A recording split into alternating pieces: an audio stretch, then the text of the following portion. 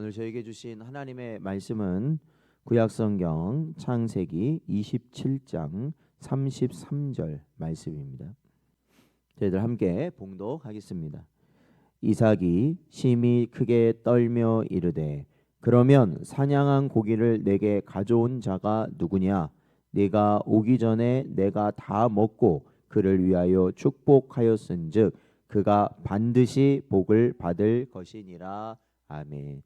기도하겠습니다. 하나님 아버지, 지난 주일도 하나님의 은혜 가운데 하나님 복을 누릴 수 있도록 예배하게 하시고, 또한 오늘도 이 첫날 첫 시간 주님 앞에 나와 말씀과 기도로 시작할 수 있는 은혜 허락하신 것 감사드립니다.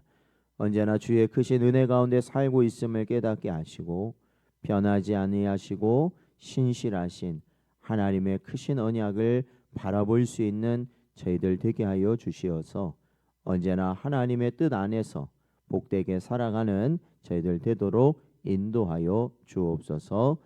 이 시간에도 주의 은혜가 저희의 심령을 충만케 채워주시길 간절히 바라옵고 이 모든 말씀 예수님의 이름으로 기도하옵나이다. 아멘. 오늘은 인간의 실패를 뚫고 흐르는 하나님의 주권적 섭리라는 제목으로 하나님 말씀 증거합니다. 저희가 지난 토요일에 살펴보았던 창세기 26장을 통해서 우리는 이 흉년 중에도 하나님의 사람 이삭은 100배의 결실을 보고 또한 르호봇의 지경을 넓혔으며 대적의 입에서 이삭과 함께 하신 하나님을 인정하는 고백을 보았습니다. 사실은 26장의 내용을 보면 이삭이 참 믿음의 사람이다라는 것을 보게 됩니다. 아브라함이 그래하였던 것처럼 이삭도 하나님의 계보를 잇는 그 구원의 계보를 잇는 사람으로서 참 믿음의 사람이다라는 것을 저희들이 26장을 통해서 보게 되는데, 그러나 오늘 본문이 들어있는 살펴볼 27장에서는 이러한 이삭의 가정에 또한 정반대되는 하나님의 믿음의 사람으로서는 할 수 없을 것 같은 그러한 영적 혼란의 모습을 오늘 본문은 보여주고 있습니다. 오늘 27장에서 이삭은 늙고 눈이 어두워져 있는 상태였습니다. 그래서 이삭은 하나님의 뜻보다는 자기 입맛을 따라 에서에게 축복하려 하고 그의 아내인 리브가와 야곱은 속임수로 그 축복을 가로채는 내용이 27장에 나타납니다. 그러니까 결국에는 이삭도 그렇고 리브가도 그렇고 야곱도 그렇고 또 그러한 것을 원한을 품고 야곱을 죽이려고 하였던 형 에서의 모습까지도 사실은 모두가 부끄러운 모습이다라고 할 수 있습니다. 이 부끄러운 가족사의 현장에서 우리가 발견해야 할 것은 하나님은 어떠한 분이신가를 저희들이 다시 한번 마음에 새길 수 있는 복된 여러분 되시기를 축원드립니다.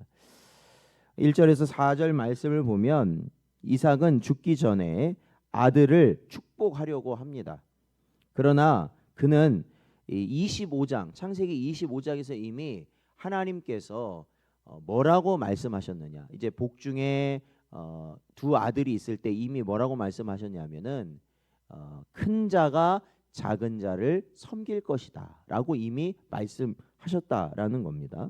그러니까 이미 에서가 야곱을 섬기게 될 것이다 라고 말씀을 하셨어요. 그러니까 축복을 받으려면 사실은 누가 받아야 되는 거냐면 야곱이 받는 것이 맞죠. 그러나 그 예언을 알고 있음에도 불구하고 이삭은 자기가 사랑하는 에서를 축복하려고 합니다.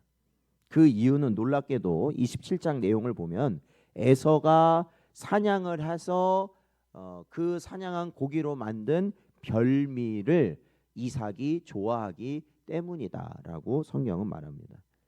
그러기에 우리 개혁주의 장로교는 이러한 모습을 통해서 언제나 무엇을 강조하냐면 인간의 전적 부패를 강조하는 것입니다. 신앙의 거장 이삭이라 할지라도 깨어있지 않으면 결국엔 육신의 정욕과 입맛이 하나님의 뜻을 가릴 수밖에 없다라는 것을 보여준다라는 거예요.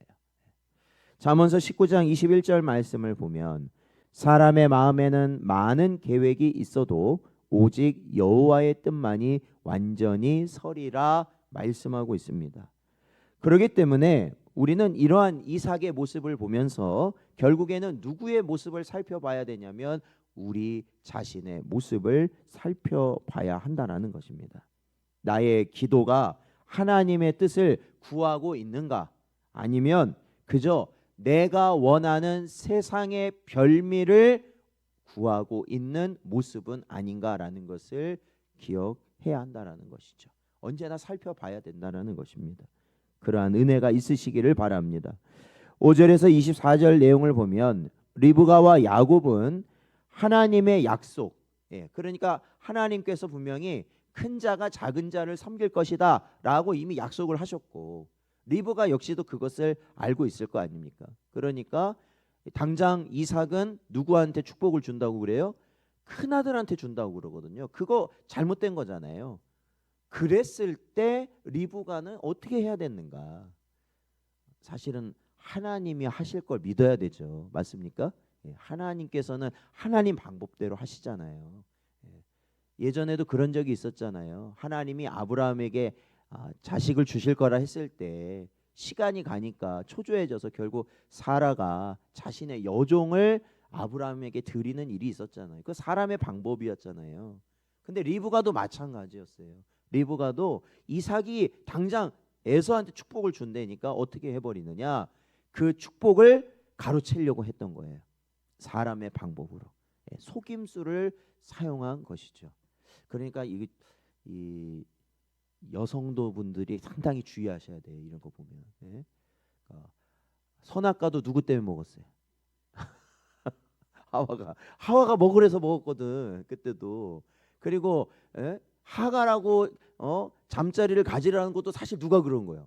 아브라함이 그런 게 아니에요. 사라가 그래서 그런 거거든요. 근데 여기도 보면은 리브가가 속임수를 쓴 거야. 그러니까 세상적으로는 이게 빠른 거야. 여성분들이 빨라. 그렇지만 이 내 생각이 막 빨리 갈 때 항상 우리가 어떻게 해야 돼요? 주의해야 된다는 거죠. 하나님의 방법인가라는 것을 우리가 살펴봐야 된다는 거예요. 우리 모두가 그런 것을 살펴봐야 된다는 것이죠. 그래서 리브가는 어떻게 하냐면 당시에 이삭은 눈이 잘 보이지 않았다고 그래요. 눈이 거의 안 보였나 봐요. 그러니까 그래서 남편을 속이고 야곱은 형의 옷을 입고 기르던 염소 새끼 가죽을 팔에 붙여서 아버지를 기만하게 되는 것이죠. 야곱은 심지어 이삭이 이제 왜 이렇게 빨리 별미를 만들어 왔느냐, 그렇죠? 내용을 보면 그렇잖아요. 에서 보고 이제 가서 사냥을 해가지고 그것을 요리를 만들어가지고 가지고 와라 했는데 사냥하는 게 쉽지 않잖아요, 사실은 보면. 그러니까 한참 걸릴 줄 알았더니 갑자기 그냥 어느 순간에 요리를 만들어 갖고 오니까 이삭도 당황하는 거죠. 그래서 어떻게 이렇게 빨리 왔느냐 그랬더니 야곱이 생각해낸 게 뭐냐면 20절에 보면은 하나님께서 순탄하게 길을 열어주셔가지고 바로 잡아가지고 가지고 왔다. 야, 하나님 잘 팔았어요, 야곱이. 그러니까 이게 뭐냐면 사실은 거짓말이잖아요. 이게 하나님의 이름을 망령되게 하는 거예요. 그러니까 야곱도 약삭빠르게 잔머리를 굴렸지만 그게 하나님 앞에서는 큰 죄를 짓는 모습이었죠. 하나님의 일을 인간의 악한 방법으로 이루려는 시도는 여러분 결코 정당화될 수 없다라는 것을 기억해야 돼요. 하나님의 일은 반드시 어떠한 방법? 하나님의 방법으로 되어야 한다. 그게 중요한 겁니다. 야고보서 1장 20절 말씀을 보면 사람이 성내는 것이 하나님의 의를 이루지 못함이라 라고 말씀하고 있어요. 그러니까 아무리 내가 의로운 거라고 말을 하고 아무리 이것이 하나님의 말씀이라고 하면서도 자신의 감정을 내고 성을 내고 다투고 싸우면서 그것을 이룬다? 아니죠. 그것은 하나님의 방법이 아니라고 성경은 말하고 있습니다. 그렇기 때문에 하나님은요 분명 누구를 선택하셨어요? 야곱을 선택하셨거든요. 그리고 야곱이 그 복을 받아서 그 구원의 계보를 잇는 것 맞아요. 하나님이 그렇게 하시기로 했어요. 그러나 그럼에도 불구하고 야곱이 거짓을 선택하였던 그 부분에 대해서는 누가 책임을 져야 되느냐? 야곱이 책임져야 됐어요. 그래서 나중에 이렇게 속이는 것만 하다가 이 야곱이 나중에 이제 이 일 때문에 어디로 도망가냐면 라반 삼촌 라반의 집으로 도망갑니다. 그래서 거기서 한 20년 거기 살거든요. 그랬더니 누구한테 거기서 된통당해요? 삼촌 라반이 그냥 그죠? 야곱을 엄청나게 속여가지고 고생을 하죠. 그러니까 그걸 받는 거예요. 결국에는 어쩔 수 없어요. 그래서 죄는 용서받을 수 있어요. 하나님 앞에 나아가서 회개하면 죄는 용서받습니다. 맞습니까? 그러나 그 열매, 쓴 열매는 반드시 먹을 수밖에 없는 거예요. 그래서 죄를 지면 안 되는 거예요. 자, 30절에서 40절 내용을 보면 이제 자기가 쏘가 넘어간 걸 어떻게 해요? 이제 나중에 에서가 별미를 만들어 갖고 요리를 만들어 갖고 오니까 그때 안 거예요. 이삭이요. 이미 야곱한테 축복 다 줬어요. 이제 야곱은 그냥 자기 볼일 다 보고 다 갔어요. 그랬더니 갑자기 에서가 등장해가지고 자기한테 축복을 달라고 하니 어떻겠어요? 그래서 성경에 보면 이삭이 그 상황을 그 에서의 말을 듣고 크게 떨었다. 그러니까 두려웠던 거죠. 왜냐하면 자신의 고집, 그러니까 하나님이 분명히 큰 자가 작은 자를 섬길 거라는 것을 이삭에게 말씀을 해주셨는데도 불구하고 누구 고집 때문에? 이삭의 고집 때문에 에서에게 주려고 했거든요. 그런데 어떻게 되는 거예요? 그게 다 깨져버린 거예요. 하나님이 그걸 다 어긋장내게 만들어버린 거예요. 자기 고집대로 안 되게 하시고 오직 하나님의 뜻대로 되게 하셨으니 얼마나 두려웠겠습니까? 그래서 결국 그는 선포하는 것이죠. 33절 오늘 본문의 그 마지막에 보면은 그가 반드시 복을 받을 것이다. 그렇게 에서에게 말을 해버립니다. 그러니까 누가 복을 받는다는 거예요? 야곱이 복을 받을 것이다 라는 거예요. 그게 하나님의 뜻이었다라는 것이죠. 이삭의 떨림은 자신의 패배를 인정하는 동시에 하나님의 절대 주권 앞에 무릎을 꿇는 거예요. 내 마음대로 되지 않았구나.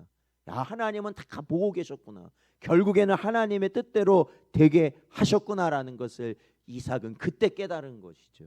그때 깨달은 거예요.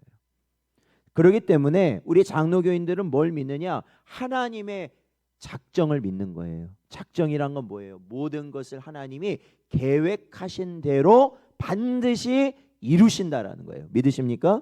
그래서요, 인간은 속이고 실수하고 대적하지만 하나님은 그 모든 무질서함까지도 하나님의 계획 안에서 어떻게 해요? 합력하여서 하나님의 뜻을 이루도록 이끌어 가신다라는 거죠. 그러니까 뭐예요? 가룟 유다가 예수님을 배반한 것까지도 뭐예요? 십자가를 이루시기 위한 하나님의 계획 가운데 그 모든 것을 이루셨다라는 것입니다.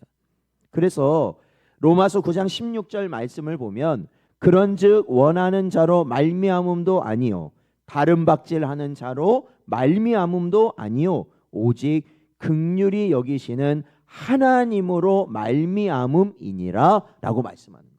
사람이 열심을 내고 사람이 많은 준비를 하고 무엇을 해서 하나님의 일이 되는 것이 아니라 오직 하나님께서 그 모든 것을 이루실 때 하나님의 일은 이루어지는 줄로 믿습니다. 여러분, 에서는요 이제 뒤늦게 통곡을 하면서 아버지한테 남은 복 하나라도 받으려고 안간힘을 씁니다. 그러나 때는 늦었어요.